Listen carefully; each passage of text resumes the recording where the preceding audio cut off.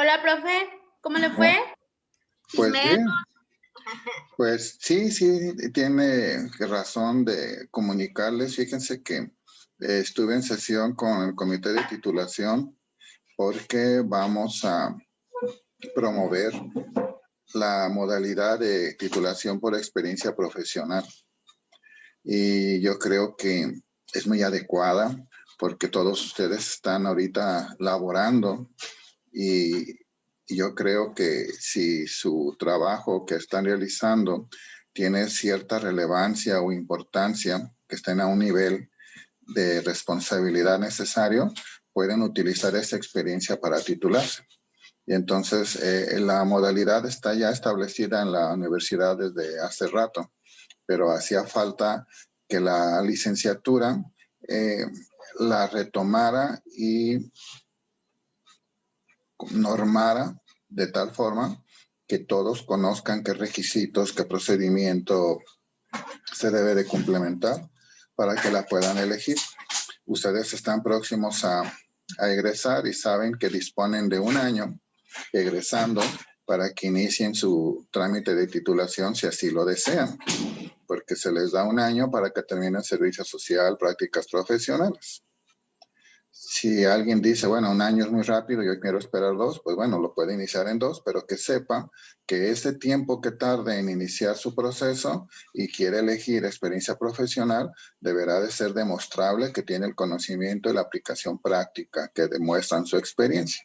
Ya les platicaremos más adelante de ello. Voy a buscar el tiempo para hablarles de cada una de ellas, ¿sí? Porque creo que ya les dimos una plática alguna vez, pero como cuando yo era tutor yo me encargaba de eso, ya no soy tutor, pero sigo dando la plática, entonces ya veremos la forma de darles a conocer todo eso. Ya se registraron en el chat con su asistencia, veo que no todos. Por favor, anótense porque va a ser asistencia doble por las 2 horas, acuérdense. Les había pedido que fueran leyendo las diapositivas que están en la plataforma y que hablaban sobre la comparación de los códigos de ética del contador público en México y en Canadá y en Estados Unidos, para que podamos observar las similitudes o las diferencias. Quiero pensar que si me hicieron caso, que sí las estuvieron analizando, porque de hecho tenían que subir la semana pasada y esta semana una actividad correspondiente a eso, para que no estuvieran aburridos esperando que yo me desocupara. Entonces, voy a entrar a la presentación para compartirla y me gustaría, una vez que la tengan en pantalla, que me digan sus pareceres, qué entendieron, qué les pareció el contenido de las 2 presentaciones. Las estoy cargando ahorita en mi computadora, ahorita les comparto la pantalla para que recuerden. ¿Qué tienen pensado? ¿Cuál es la modalidad que van a elegir ustedes para titularse? ¿Alguno ha pensado ya de qué manera le gustaría?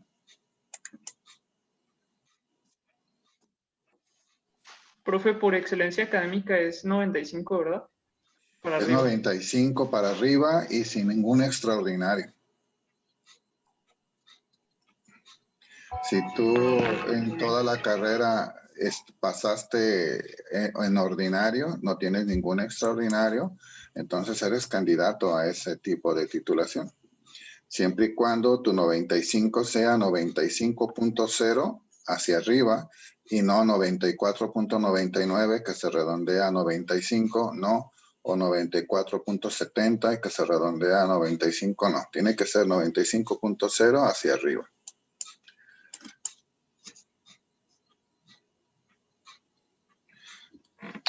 ¿Sí lo libras para esa modalidad? No lo dude, Sí, profe. yo creo que sí, profe. Primero Dios, sí. Me dará mucho gusto verlo así. Si es que llego yo todavía a esa edad, no sabemos qué pueda pasar, ¿verdad? ¿Y ya hiciste tu servicio, tus prácticas? Sí, ya liberé mi servicio y ya mis prácticas también. Entonces, a ti estaríamos hablando de que pudieras esperar incluso 6 meses. ¿Por qué 6 meses? Para dar margen a que llegue tu certificado. Ahorita con lo de la pandemia, se están haciendo guardias en la Secretaría de Innovación, Ciencia y Tecnología de la SEP, entonces no están agilizando la entrega de los certificados.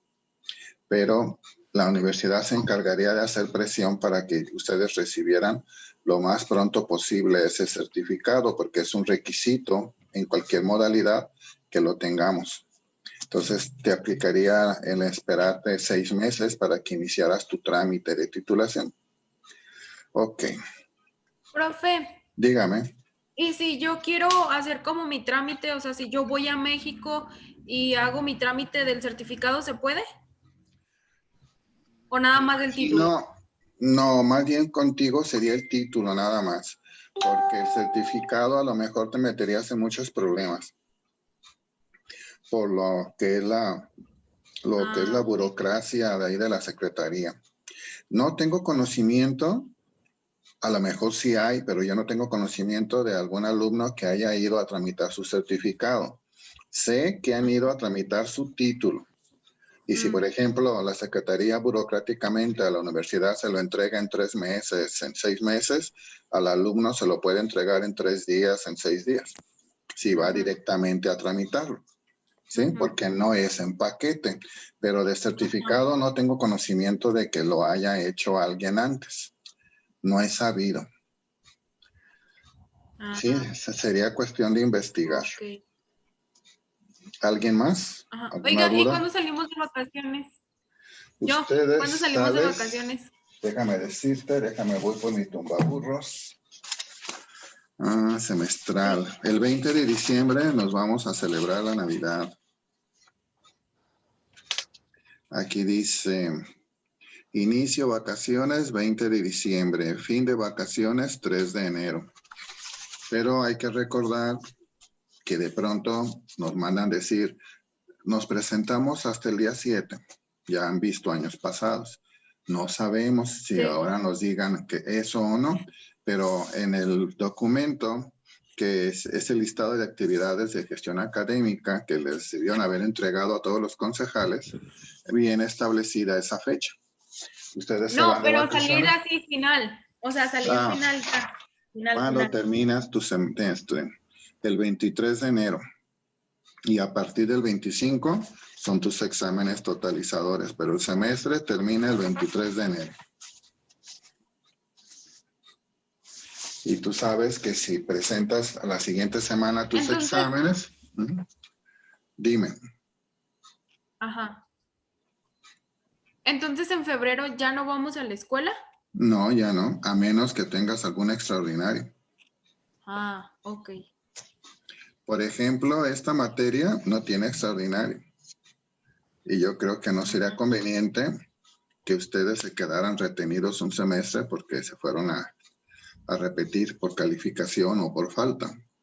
Entonces, ténganlo presente. No sé qué otra materia de las que llevan ahorita no tenga extraordinario. Seguramente el taller ese tampoco tenga extraordinario. Tesis también. Entonces, tómenlo en cuenta, por favor. Bueno, vamos a iniciar. Gracias. A ti. Vamos a hablar sobre lo que es el Código de Ética de los Estados Unidos. Déjenme admitir a Daniela. Ahí va. Bueno. Aquí habla de que consideraciones deontológicas. La deontología, es una parte de la ética. De hecho, esta materia de ética yo la imparto en diseño, pero como deontología, que es exactamente lo mismo, pero son términos porque estudian ciertas partes del campo ético. Entonces dicen que se hacen consideraciones deontologías para sintetizar de alguna manera el Código de Ética de los Estados Unidos. Hay que tener presente que nosotros en México, lamentablemente, no somos los genios de la elaboración de códigos y reglamentos. Sí hacemos adecuaciones y los dejamos mejor que el original, eso es cierto. Pero todo lo que aplicamos Generalmente es una copia de lo que ya salió en algún otro lado. Y en el caso del Código de Ética en México, como ya lo habíamos visto al inicio de la clase, pues nace del Código de Ética Internacional, que nace del Código de Ética de los Estados Unidos. Entonces aquí dice que hicimos algunas adecuaciones para tomar esas consideraciones deontológicas que puedan sintetizar el código americano. En virtud de que, bueno, que este código debe de ser asimilado en todos aquellos países que se encuentren con un tratado de libre comercio con América del Norte, entendiendo como América del Norte a los Estados Unidos y agregándole a Canadá. ¿Sí? Entonces, vamos a ver en forma sintetizada cuáles son las características de Estados Unidos primero. ¿Sí?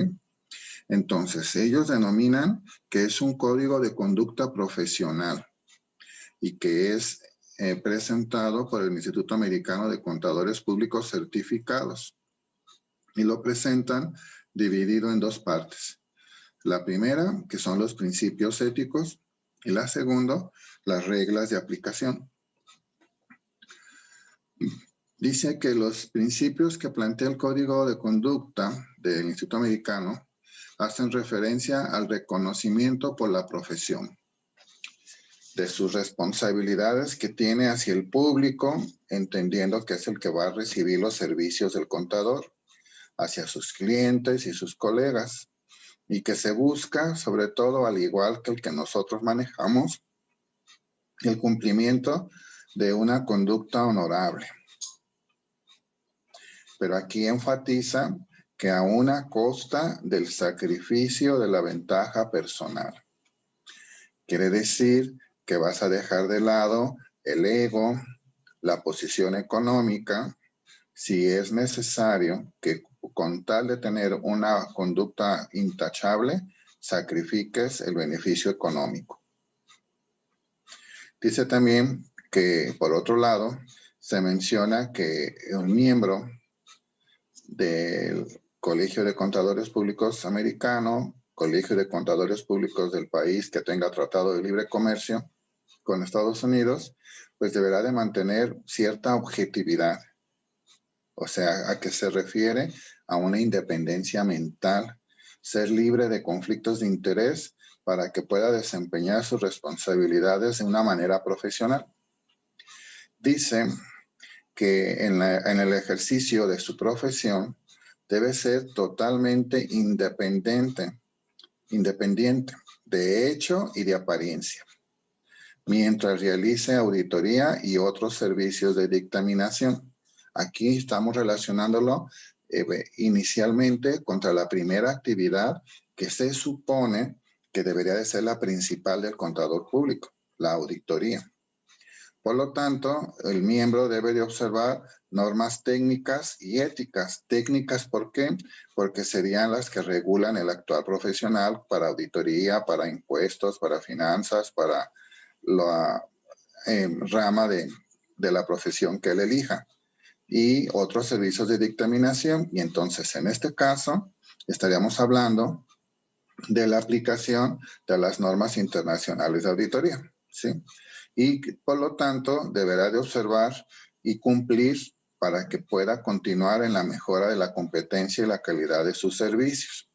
Esto conlleva pues una gran responsabilidad que consiste en que el contador no se va a quedar con información que recibió en su adiestramiento escolar, sino que va a buscar la actualización y la adquisición de nuevos conocimientos, de tal manera que se mejore su habilidad profesional, ¿sí? Su experiencia. En el Código Americano existen algunas reglas y aquí hemos tomado la regla 101 que habla de independencia. Si ustedes le dan lectura a esa regla, verán que no habla de cosas extraordinarias que no hayan sido ya tomadas en cuenta por nosotros en el código que hemos utilizado. Allí dice que en la práctica pública se debe ser independiente en la realización de todos los servicios, según lo requieran las normas de la profesión. Que la independencia se considera que puede ser deteriorada si tienen algún tipo de transacciones o intereses relacionados por el tiempo que corresponde a la revisión que ustedes van a realizar, a donde van a expresar la opinión, o si has sido invitado a que adquieras algún tipo de interés financiero directo o indirecto con la empresa que estás revisando. Si eres fideicomisario de algún fideicomiso o ejecutor o administración de cualquier propiedad, y también si participas en alguna inversión de negocios de forma continua o relacionada. Si eres de forma directa o eres un accionista principal. Si la empresa a la que tú revisas te otorgó algún tipo de préstamo o tú a ella, o cualquier situación que pueda considerarse un conflicto de intereses. Dice que por el periodo que comprende los estados financieros sobre los que vas a dar tu opinión, se pretende que no debes estar relacionado de alguna forma con alguien que forme parte de la administración de la empresa, ni como promotor, ni como suscriptor o fideicomisario. O sea, nos están pidiendo que por lo menos ese, al igual que el de México dice que son 2 años. Entonces estaríamos pensando el año que corresponde a la fecha de los estados financieros y el anterior. Aquí solamente hace referencia al año de los estados financieros, pero consideramos que sería más conveniente, al menos en México, agregamos que también el anterior, o sea que son 2 años. Y se considera entonces que si caes en alguna de estas situaciones o de estos supuestos, se considera que tu independencia se encuentra deteriorada, ¿sí? O sea, no eres independiente totalmente. Respecto a las parejas sentimentales y personas dependientes, como personas dependientes pueden ser hijos y pueden ser padres. La excepción es que la independencia del miembro y de la firma del miembro no esté deteriorada. Normalmente, solo que el cónyuge o la persona dependiente tenga un empleo dentro de la empresa a la que tú estás haciendo el servicio de auditoría. Porque si está en ese supuesto, pudiera ser que esa persona tuviera una influencia significativa sobre las políticas contables, financieras y administrativas del cliente, ¿sí? Entonces se considera que eso sí puede ser una manera de deteriorar tu independencia. Pero si me dices, bueno, mi cónyuge, mi dependiente, hijo o padre, laboran para mi cliente, pero son obreros, son vigilantes, no existe problema alguno de independencia, porque no se encuentran dentro de un rango que su trabajo o las decisiones que ellos apliquen dentro del trabajo afecten la administración o la dirección del negocio. Dice que la dependencia de la firma de un miembro se considera deteriorada si durante el periodo del compromiso profesional o al expresar su opinión tiene un pariente cercano con un interés financiero. Esto ya lo habíamos tocado también nosotros dentro del Código Mexicano. Entonces, encontramos que hay una concordancia total. Quizá las expresiones utilizadas son un poco más ligeras o livianas, por llamarlo de cierta manera, en el Código Americano. Acuérdense que ellos buscan simplificar, ser más explícitos, más claros. Y nosotros como que somos un poquito más de rollo, ¿no? Más de forma, pero todo con el mismo fondo. Otras consideraciones dicen que se debe de ser consciente que es imposible enumerar todas las circunstancias en las que la independencia pueda ser cuestionada por otros interesados. Y dentro de eso podemos hablar también de la integridad y la objetividad, que debe de prevalecerse en cualquier tipo de trabajo que ustedes realicen. ¿Sí? Debes de ser de forma objetivo e íntegro y debes encontrarte libre de conflictos de interés. También habla que se considera un conflicto de interés si en la actividad que tú estás realizando, algún miembro de tu familia o de tu firma que representas tiene algún tipo de relación con otra persona que esté dentro del negocio o cerca del negocio que tú estás revisando.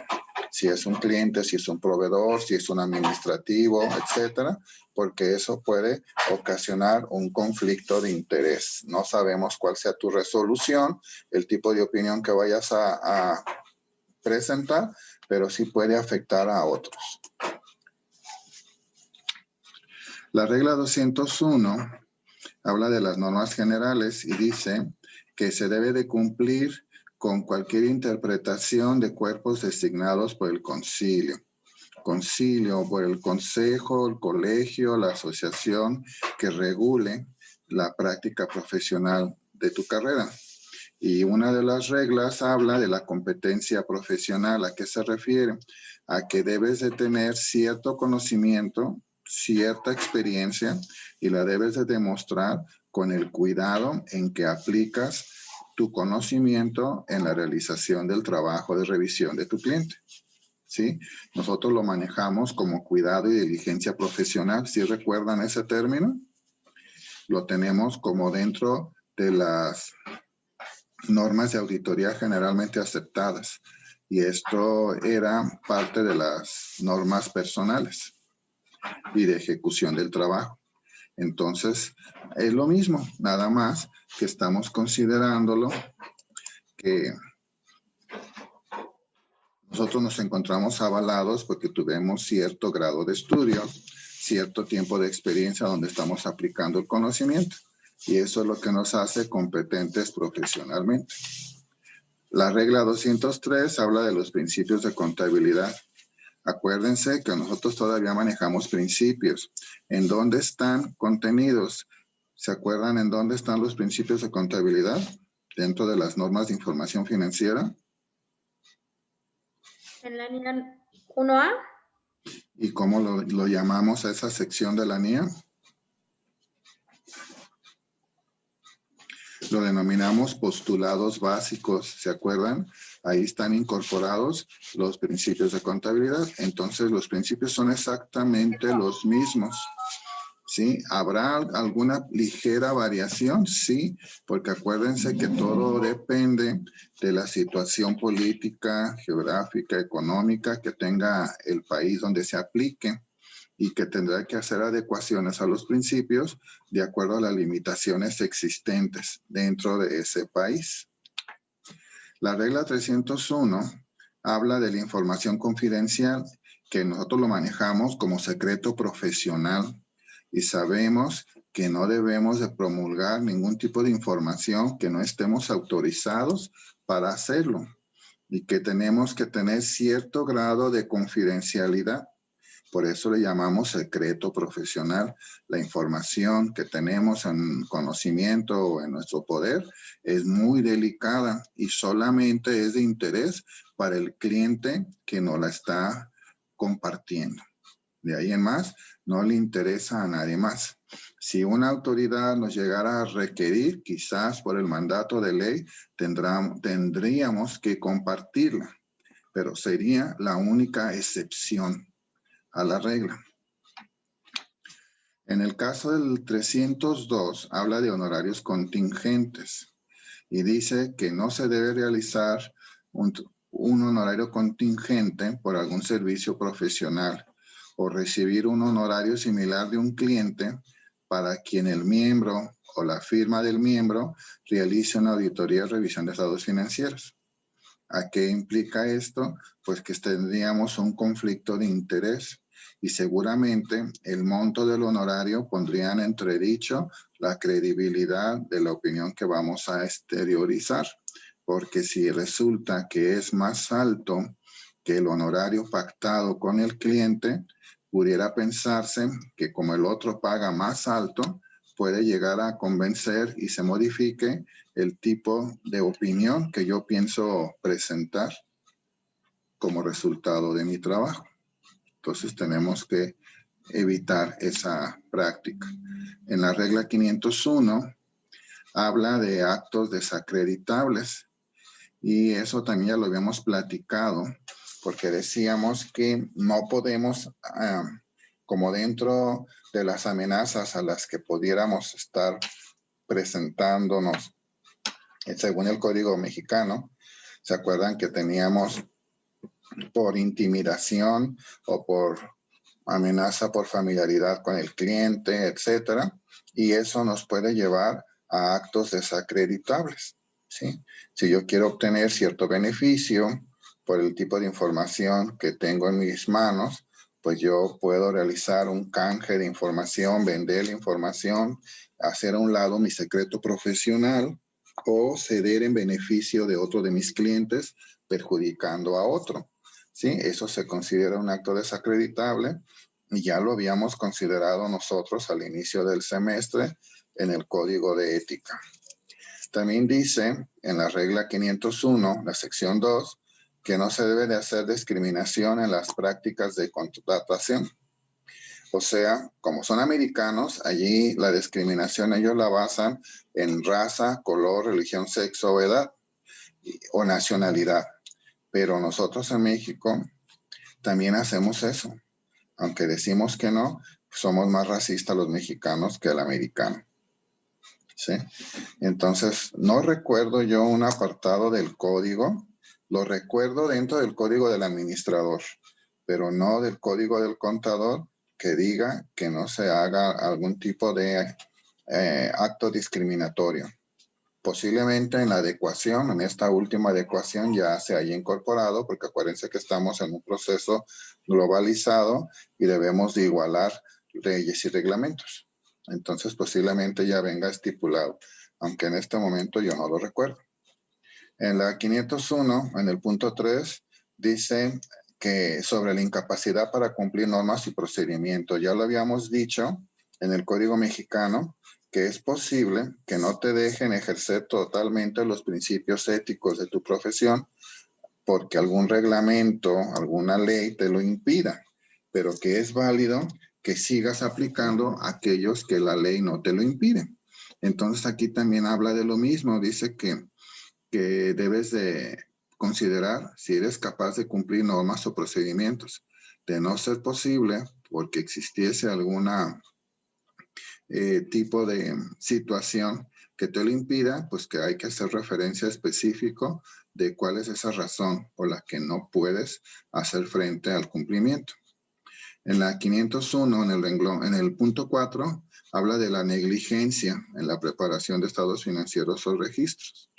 Ahí, si tú te das cuenta de que se está omitiendo algún tipo de información, tú eres el responsable del informe porque presentas tu firma, externas tu opinión.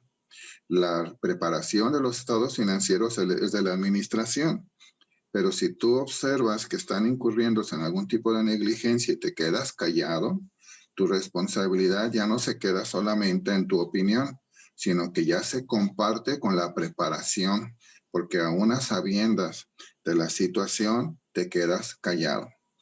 Entonces, tú debes de evitar que tu nombre, tu prestigio se relacione con estados financieros que no soportan la verdad de tu dicho, ¿sí? De lo que tú viste, de lo que tú analizaste. Eso trae implicaciones legales muy fuertes, que puede ser desde una amonestación hasta la cancelación total de tu registro. En cuanto a la publicidad y otras formas, ya lo hemos platicado también en el mexicano, que no podemos hacernos publicidad que puedan crear falsas expectativas del servicio que va a recibir nuestro cliente. La mejor recomendación es esa, la recomendación del trabajo por un cliente que nos lleve a un nuevo cliente. No que tú salgas a buscar clientes. Sí, hoy voy a visitar el parque industrial, las empresas que están allí, para ver si consigo nuevos clientes. No, voy a guardar el chat. Ya están todos anotados. Somos 19, 18. Bien, ok, y el chat está completo. Voy a guardarlo. Guardamos el chat, ya está ahí. Ok, y seguimos compartiendo. Muy bien. Incluso habíamos comentado algo de Valeriano, si se acuerdan ustedes, el despacho de abogados, que decíamos que no podíamos promocionarnos allí y que de acaso de hacer referencia a nuestros servicios, que no debíamos hacer exageraciones.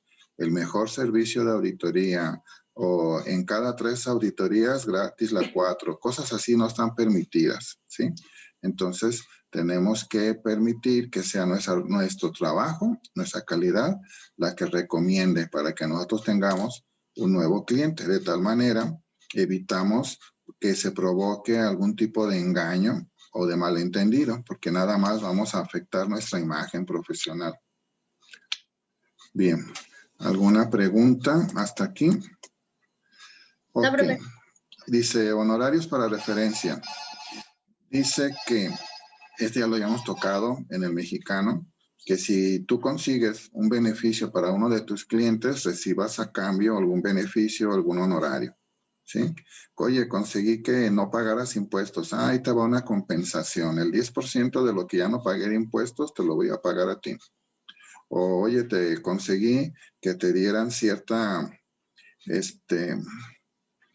beneficio, por ejemplo, cuando las obras del gobierno que hacen convocatorias para proveedores, etcétera, y que de pronto el auditor pueda conseguirte que tú seas elegido y que digan como beneficio, como pago, te voy a dar un porcentaje de los ingresos o del honorario que me pagan a mí. Eso no se puede hacer, no está permitido. Ok, eso es en lo que corresponde a Estados Unidos. Pero vamos a ver ahora con lo de Canadá. Nos quedan 10 minutitos para ver lo de Canadá. Este es el de Canadá. Yo les dije, estamos basados con base en el americano. Y en el caso de Canadá, pues está basado con base en el americano. Pero aquí estamos hablando también de ciertas cuestiones que lo hacen un poquito diferente. ¿Sí? Entonces, el código canadiense se divide en varias secciones. En una se habla sobre las características generales y consideran que puede ser un contador público ya egresado o puede ser un estudiante que está en formación todavía, ¿sí? Y que también incluyen como lo que es el respeto y la obediencia a estatutos, regulaciones y reglas, cuáles serían las condenas por situaciones de incumplimiento o lo que ellos consideran ofensas criminales o similares, solicitudes falsas o engañosas y requerimientos para contestar por escrito. También dice que las normas de conducta que afectan al interés público, como lo que es la reputación del contador público, que debe de mantenerse íntegra, ¿sí?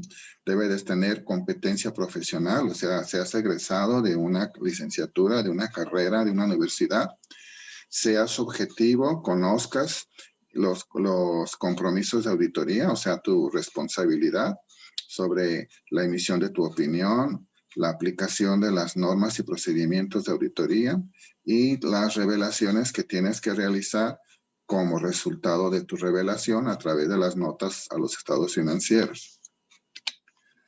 Habla también como la manera en que te debes de relacionar con otros contadores que sean compañeros o no compañeros de la práctica pública. Sí, o sea, en este caso hablando de que no es válido el robo de clientes. Que te presentes con alguno de los clientes de uno de tus colegas y le ofrezcas alguna cosa con tal de que lo deje a él y se vaya contigo. También habla de qué manera debes de comunicarte cuando eres seleccionado para que sustituyas a un auditor. Ya habíamos platicado alguna vez de que podemos ser elegidos para sustituir porque el auditor anterior murió, está enfermo o está privado de su libertad, etcétera. Que sí hay formas de que es válido que te pongas en contacto con ellos, al menos con el muertito, ¿verdad? No podemos hacer sesiones espiritistas, pero con la gente de su despacho, de su firma, para que nos pueda decir qué situación prevalecía, en qué se quedó el contador, qué procede que hagamos a continuación. También habla sobre de qué forma debemos de organizar la práctica profesional, ¿sí? Cómo utilizar el prestigio, la recomendación y que solamente Se reconoce la firma tuya si eres el propietario de la firma y si eres un socio adjunto, como ya lo habíamos hablado en la redacción. ¿Se acuerdan que yo les dije? Si se habla en primera persona, eres el socio principal.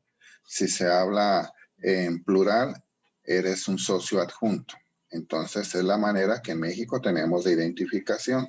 Y aquí dice que sobre la organización de la práctica, tú no puedes hablar si eres propietario o adjunto. Tienes que identificarte para que a través de tu nombre como socio adjunto o socio principal se puede identificar el peso o la importancia que tiene tu opinión en la presentación del trabajo de revisión. Y si estás asociado con alguna otra firma, por ejemplo, no sé si ustedes sepan que la gran mayoría de las firmas en México están asociadas con una extranjera. Entonces, o con alguna otra connacional, porque no tenemos presencia en esa parte del país y sin embargo, ese contador de esa ciudad o de esa localidad nos apoya con los servicios de auditoría que nosotros realicemos. Entonces, aquí habla de cómo podemos incorporar ese nombre o ese servicio a nuestra firma, ¿sí? Cómo podemos hacer mención de ellos a nuestro trabajo, ¿sí? Como una representación. Y en esta presentación que les preparé son sobre algunas reglas que ya están algo añejas porque son desde el siglo pasado, ¿sí? Aquí nos está diciendo que básicamente surgieron el 11 de junio de 1973. ¿Habrá alguna actualización? Quiero pensarlo, porque con esto de que ya somos globalizados, esto debió haberse actualizado. Esa versión no la tengo, pero es posible que sí exista. Yo les pediría al que tenga a bien encontrarla, pues que nos la comparta para ver qué tanto ha variado con lo que aquí les estoy presentando, ¿sí? Los principios. Al igual que el americano y al igual que el mexicano, habla de principios y dice que hace un énfasis especial en observar ciertas reglas de conducta. En cuanto a lo que se refiere a una reputación personal, a servicios profesionales con integridad y cuidado, y a que permanezcan con cierta independencia, porque estás libre de influencia o de interés o relación que pueda perjudicar tu juicio profesional y tu objetividad. Es la independencia mental que manejamos en el Código Mexicano y en el Código Estadounidense. Y dice que debes de mantenerte de manera confidencialidad toda la información que obtengas o que descubras de tu cliente, que no la podemos manejar en nuestro propio beneficio, no la podemos vender, no la podemos utilizar para otro fin que no sea el externar una opinión. ¿Sí? Y dice que si se aplican y se observan estas reglas, pues se tendrá una excelente reputación y por lo tanto un reconocimiento profesional. Dice que si no lo llegas a cumplir, pues tendrás ciertas consecuencias que van a afectar tu imagen profesional, tu reputación. Dice aquí que se debe de tener en cuenta, tanto para el que ya es contador público como para el que está en proceso, que debieras de formar parte de algún colegio, de algún grupo colegiado. El Instituto Mexicano de Contadores Públicos de Guadalajara tiene una sección para estudiantes, para alumnos o para pasantes que todavía no están titulados, de tal manera que se puedan acercar y puedan ya tener participación en las actividades del colegio. El que tú formes parte de un colegio da cierto prestigio y reconocimiento a tu nombre. Entonces deberías de considerarla. ¿Para qué sirve el que tú formes parte de un colegio? Pues seguramente porque es una manera también de que actualices tus conocimientos